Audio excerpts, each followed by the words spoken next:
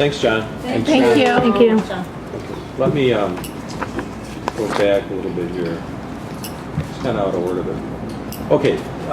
Every year I bring to the board the results of the DIBELS for both kindergarten and at risk.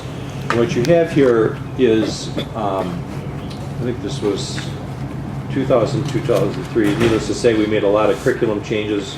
What this shows is that there were 31% of these kids on the nonsense word and fluency that were at risk. And there were 22% back then that were at risk when it comes to phonemic sound fluency. So that this is basically what we expect of kindergartners, is that they can sound out words. All right. And this is a widely used, the DIBELS test is probably the widely used early literacy screening. It's a one-on-one. We give it to kindergarten in January and in May, and these are May results. All right. What the target has been is that we have below 5% of the kids at risk in any given year. And what we have here is we have 3 students at risk with phonemic and 6 with a nonsense word fluency. Down a little bit, this is a different group. Obviously, that's this year's kindergarten, last year's, and so on. So they aren't the same kids, but the trend is pretty much what we've been seeing. We actually saw a reduction here, so we're confident that many of the things that we're implementing now are working. Now, when you go to... Wait, Mark, can I ask you? Yes. The 3, the 6, the 5, the 9, are you saying those are the number of students? That's a percent. Okay. So it's fewer than... I thought you said number of students, so I just wanted clarity on that. Because Yeah, I thought it's it was percent. Yeah, so... so 3% of the class, 6%. Right. Okay. Yeah. Okay. Next. All right. First grade, again, the numbers have been very good typically with this. Now, what we have here is nonsense word fluency, and we also transition to oral reading fluency. So reading fluency is a very reliable predictor of future reading ability. And this is this class about 100 kids. So this is percent, but that represents 2 students, and they're pretty much the same. We had a few more kids, I think, largely because it's a bigger class. So out of 100 kids, you're likely to get more. Also, Matt and the teachers and I have looked very carefully at who these kids are, and they are either already have IEPs, or they're in the pipeline to get IEPs, or they're eligible, and the parents rejected the designation. Okay. Are any of them students who were not in kindergarten the year prior? I believe 2 of them were not with us. were not with us, and one is, I believe, a ESL. Okay. 2 of the 2 or 4? Yeah, 2 Well, no, of these 4. Yeah. Well, yeah, but it's a But- class of 100. Yeah. Oh, okay. Yeah. So, 2 were not with us. Man, I think that's correct. Yeah.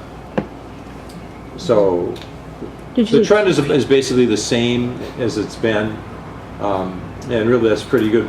If you have out of 100 kids, if you only have, we prefer it to be 0, but these kids are now next year they'll be very intense interventions.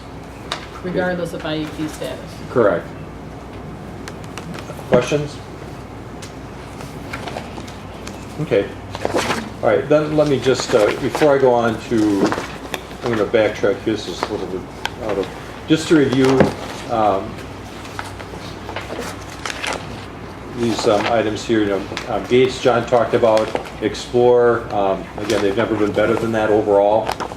DIBELS I just talked about. Now, Learning.com Technology Skills Assessment, just a little bit about what that is. That is a national assessment. The kids take it online, and it's based on the national standards for technology skills. And what you see here is that 93 out of 98 or 95% of our 8th graders exceeded technology proficiency standards. Now, I don't have this in the PowerPoint because it's so many pages, but in your board packet, there's a page there that it's a bunch of histograms, and it shows from student 1 all the way through student, I think that class had about 100 as well. And so you can see that those scores are really quite impressive. And last year, I think we had 74 out of 81, or 91% exceeded. So we're seeing that go up. Now, here's how it breaks down. There we go. there's 6 items for each of these different areas. So from systems fundamentals, social, ethical, and so on. Now, this number here is a little bit confusing if you don't have an explanation. These are our kids, n equals 98, then n equals 95,794. These are other 8th graders who actually took the test, but it's not a randomly chosen group. Like the ITBS is normed on a random national sample. What this reflects is districts that are interested enough in technology skills that they actually give this. This is a private company, learning.com, and so they do as we do. We sign up and pay for this, and so we use this as an assessment. So by the end of the year, this would be the 8th graders from whatever state. I couldn't tell you that, but they don't share that information with us. But so what you can assume by this is that this is higher than than what a national norm would be, because you actually have to pay money and sit your kids down and actually take this. So I think overall the trend is good. I have one question. So on the bottom one, it says National Middle School Average. Is that just 8th graders, or is that? 8th graders. That's just 8th graders, because it says middle school. I wasn't sure. Yeah, these are 8th graders. Just 8th graders? Yeah. Okay.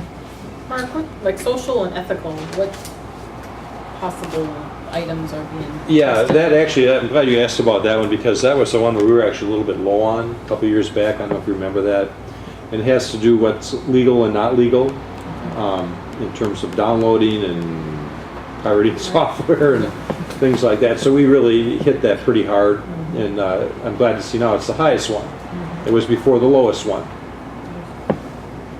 Okay. Mark? Yes. I have in my notes that I made the notes that I made last year, is that we pre-test in 5th and 6th. Does that ring a bell at Yes, all? we do. We pre-test. Let's see, we just changed it. So we're it's the beginning of 6th grade where we pre-test, and before we did it at the beginning of 5th grade, and this year we did it at the end of 4th grade. Okay. Do we have enough years yet that we can do a comparison between pre and post? With the same group? Right. I didn't know, I'm trying to We think will of how next many- year. Yeah. Yeah, we will next year, because if you recall, we started this 3 years ago, and these kids were in 5th grade, and we started in 5th grade. So we don't have like when they were in 5th grade and when they were in 8th grade. Okay. That's all we can do is compare them to last year, but it's a different group of kids. Right. But we might be in a position next year to. Yeah, we're looking have forward this to that because- representation to right. Do a compare pre and post. Yeah, and so that'll be a good thing because it'll be over the period of 5 years. 4 years in middle school. Okay. So this has turned out to be actually a very informative assessment for us, and it's relatively quick and easy to give. Okay, SEL. Karen and Beth are on the SEL evaluation committee, so please join in here anytime I miss a point. John just talked about this assessment here, and we've administered it for 3 years, and we have reached consensus that we need to discontinue it because it's just not a reliable measure. And so I'll talk about that. I'll get into these charts, but this one here pertains to elementary, and it would almost identical trends at elementary and at middle. And if we look at first, and I'll show you these specifically, first, second, and third grade, the number of offenses declined, and in 4th grade, they increased slightly. All right, but overall, the number of offenses went down from 250 last year to 231. All right. Now, that may seem like, an exorbitant number of infractions at the elementary school, and Matt is here to talk about that, but the record keeping they do, it's for really any kind of from name calling to pushing to, Matt, you're the one who keeps the data. Do you want to add anything with that? Well, it's a wide umbrella of infractions that kids can go to the Eagle's Nest, and we of course try to make it a learning experience for them, so it doesn't happen. I don't think that, and so I feel it's been very effective. The one thing that I don't think is in that graph is the number of repeat offenders. It is. So, so I would say if I had my biggest concern of this past year were very few number of fourth grade students who